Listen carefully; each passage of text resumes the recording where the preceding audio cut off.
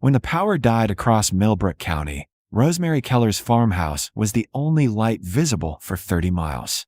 The hospital called first, then the emergency services, then families with diabetic children whose insulin was warming in dead refrigerators. By dawn, there were 17 vehicles lined up along her gravel driveway, waiting for the woman they'd spent 2 years calling Solar Sally to save them. But that night was still 4 months away. The afternoon Rosemary signed the contract for the solar array, she was standing in the farm supply parking lot when Dale Hutchins leaned against his pickup and called out loud enough for everyone to hear. $40,000 for roof panels? He shook his head slowly. That's paranoia with a price tag. A few men by the loading dock laughed. One muttered something about tinfoil hats. Rosemary didn't respond. She folded the contract into her jacket pocket, climbed into her truck, and drove home along County Road 14, past the flat cornfields and scattered farmhouses that made up the northern edge of Millbrook County, Kansas. Population 3,400. 3 churches, 1 grocery store, and a collective belief that the power company, like the sunrise, would always show up. Rosemary knew better. She'd learned it the hard way 6 years earlier, during the ice storm that knocked out power to her late husband's family farm for 11 days in January. They'd lost everything in the freezers. The well pump died. The furnace went cold. For a week and a half, they burned furniture to stay warm while Tom drove 20 miles each way to haul water in milk jugs. Tom died of a heart attack that April. Rosemary always wondered if the stress of that winter had weakened something inside him. After the funeral, after the neighbors stopped bringing casseroles, Rosemary made herself a promise. She would never again sit helpless in the dark, waiting for someone else to fix her problems. So she started researching, not prepping in the loud, conspicuous way that made people uncomfortable. Just quiet planning, off-grid power systems, battery storage, backup water. She read manuals, watched installation videos, called contractors from 3 counties over who wouldn't know her name. When the solar company arrived in early March, the county noticed immediately. The installation took 5 days. 2 men bolted sleek black panels across Rosemary's barn roof in neat rows, angled south. They mounted a lithium battery bank inside the equipment shed, installed an inverter system, and connected the whole array to a manual transfer switch that could island her property from the grid entirely. It wasn't just solar. Rosemary had gone further. She'd installed a propane-powered backup generator with a 1,000-gallon buried tank. She'd replaced her electric well pump with a hybrid system that could run on stored battery power. She'd upgraded her water heater, refrigerator, and freezer to the most efficient models available. Every system on her property could now function independently of the power company. And Millbrook County thought she'd lost her mind. At the feed co-op, women whispered that Rosemary was turning into one of those survivalist types. At the diner, men joked about the solar fortress while drinking coffee. Even her younger sister, Maureen, who lived in town, asked gently if Rosemary was doing okay out there all alone. "I'm fine," Rosemary said. "It just seems extreme," Maureen pressed. "Spending that much money on something that might never happen." Rosemary looked at her sister across the kitchen table. It already happened once. That was years ago, and the power came back. After 11 days. Maureen sighed. "I just don't want people thinking you're paranoid." Her sister hesitated. Different. But Rosemary was already different. She'd been a widow at 53, running a farm alone in a county where every conversation ended with someone offering to introduce her to their single brother-in-law. She'd learned to ignore opinions. By late spring, the system was fully operational. Rosemary's electric bill dropped to almost nothing. On sunny days, her battery bank charged to full capacity by noon. Her property hummed along quietly, powered by sunlight and propane, entirely independent of the aging infrastructure everyone else trusted without question. She tested the system twice. Once in June, by intentionally disconnecting from the grid for 3 days. Everything worked flawlessly. Again in August, during a brief afternoon outage, while her neighbors sat in dark houses cursing the power company, Rosemary's lights didn't even flicker. Still, the comments continued. "Must be nice having money to waste," someone said at the hardware store. "What's she afraid of? The apocalypse?" Another voice muttered at the grain elevator. Rosemary stopped trying to explain. She just kept working, kept testing, kept making sure every component functioned exactly as designed. Because deep in her bones, beneath the logic and the planning, she felt something coming. Not a guess, not paranoia, just a certainty built from experience that comfort was more fragile than people wanted to believe. And on a cold November morning, when the first news reports started mentioning grid instability and infrastructure failures in 3 neighboring states, Rosemary stood in her equipment shed, checking battery charge levels and generator fuel, while the rest of Millbrook County went about their day as if the lights would never go out. The news called it a cascading failure. Rosemary called it predictable. It started 2 states away, in Iowa, where an aging transformer station overloaded during peak demand and caught fire. The failure created a surge that rippled through the interconnected grid, forcing automatic shutdowns across the region to prevent further damage. Within 6 hours, portions of 4 states had gone dark. Millbrook County lost power at 4:17 on a Wednesday afternoon. Rosemary was filling water barrels in the barn when the hum of the grain dryer at Patterson's farm next door cut off abruptly. She glanced toward town. The streetlights along Highway 36, visible from her ridge, had gone dark. She walked calmly to her equipment shed and checked the display panel. Her system had automatically disconnected from the grid and switched to battery power the instant the outage occurred. Solar panels were still generating. Batteries were at 86%. Generator was primed and ready if needed. Everything worked exactly as designed. Inside the house, her lights glowed steady. The refrigerator hummed. The well pump cycled normally. To anyone inside, nothing had changed.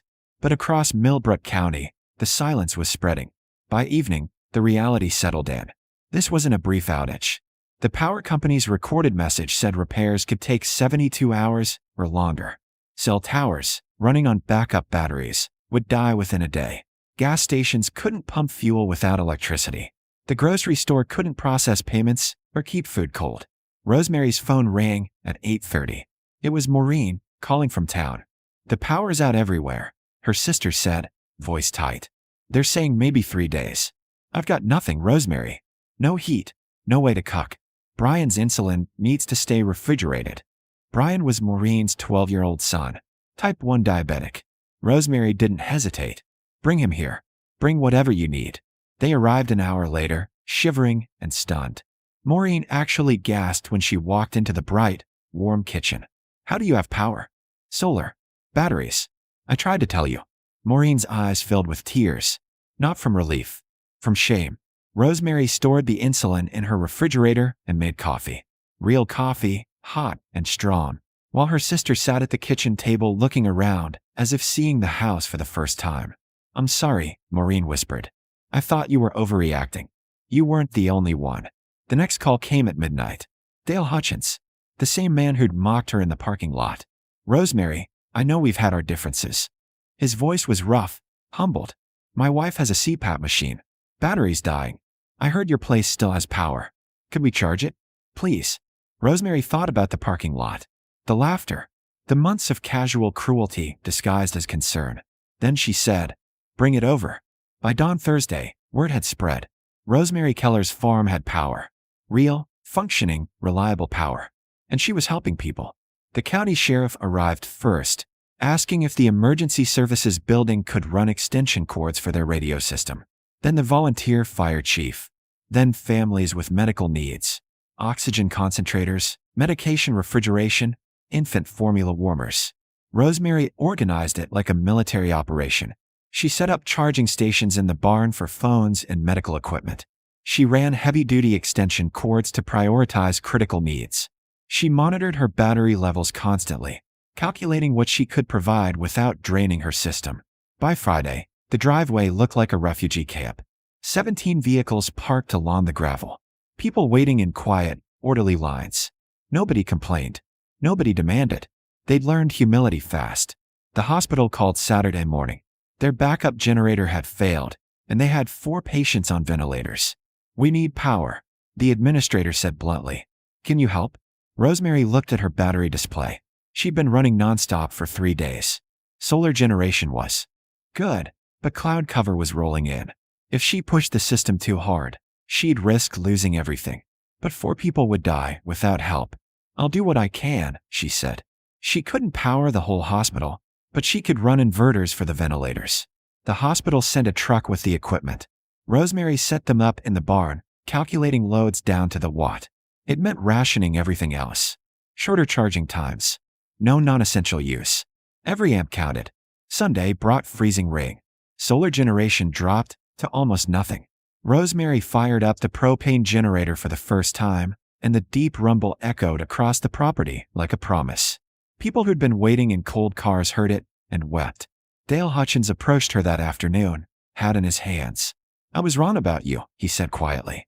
"Dead wrong." Rosemary was checking battery connections, her hands cramped from cold. "I didn't do this to prove anyone wrong," she said. "I did it because I remembered what helpless felt like. You're keeping this county alive. I'm keeping systems running. There's a difference." But Dale shook his head. "No, you're keeping people alive. That's what matters." The power stayed out for 8 days total, a full week longer than the initial estimate, because the infrastructure damage was worse than anyone predicted. Transformers had failed across 3 substations. Replacement parts had to be trucked in from out of state. Repair crews worked around the clock in freezing rain. And through all of it, Rosemary Keller's solar array kept running. By day 5, she'd established a full system. Morning hours were for medical equipment and phone charging. Afternoons for food storage. People brought coolers to keep insulin, baby food, medications cold in her backup chest freezer. Evenings, she ran the generator to top off batteries and handle the ventilator loads for the hospital. She slept in 2-hour shifts, setting alarms to check the equipment. Her body ran on coffee and adrenaline. Maureen tried to help, managing the sign-in sheets and organizing people, but the technical decisions fell entirely on Rosemary. One mistake could crash the whole system. On day 6, a news crew from Topeka arrived, having heard about the off-grid farm keeping an entire county functional. The reporter, a young woman with a camera operator, found Rosemary in the barn adjusting inverter settings. "Mrs. Keller, people are calling you a hero." Rosemary didn't look up. "I'm an engineer managing a power system. You spent $40,000 preparing for something everyone said would never happen. Do you feel vindicated?" Rosemary finally met her eyes. "I feel tired, and I hope people learn something from this." What should they learn? That infrastructure is fragile. That independence isn't paranoia. That the things we take for granted can disappear faster than we're comfortable admitting. The interview aired that night on stations across Kansas. By morning, Rosemary's phone, charged, ironically, by her own solar system, was flooded with messages from people she hadn't heard from in years. The power finally came back Tuesday morning at 6:43 a.m. Rosemary was in the equipment shed when she heard the distant hum of transformers energizing. Across the county, streetlights flickered on. The grain dryer at Patterson's farm rumbled to life. In town, people cheered. Rosemary's system automatically synchronized with the grid, smoothly transitioning from island mode back to normal operation. The batteries began recharging from solar. The generator shut down. For a moment, she just stood there, watching the numbers stabilize on the display panel, feeling the bone-deep exhaustion finally catch up. People started leaving throughout the morning, collecting their devices, thanking her quietly, driving away with a strange mix of relief and embarrassment.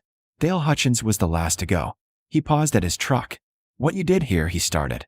"I know," Rosemary said. "No, you don't. You saved lives, including my wife's." Rosemary nodded once. There wasn't much else to say. After everyone left, Maureen helped clean up the barn. They worked in comfortable silence, coiling extension cords and putting away equipment. "Are you going to say it?" Maureen asked finally. "Say what?" "I told you so." Rosemary smiled faintly. Would it change anything? It already has. And it had. Over the following weeks, Rosemary fielded calls from neighbors asking about solar installations. The county held a town hall on emergency preparedness. 3 families on her road started planning off-grid systems. The hospital installed the proper backup power solution. The ridicule didn't disappear completely.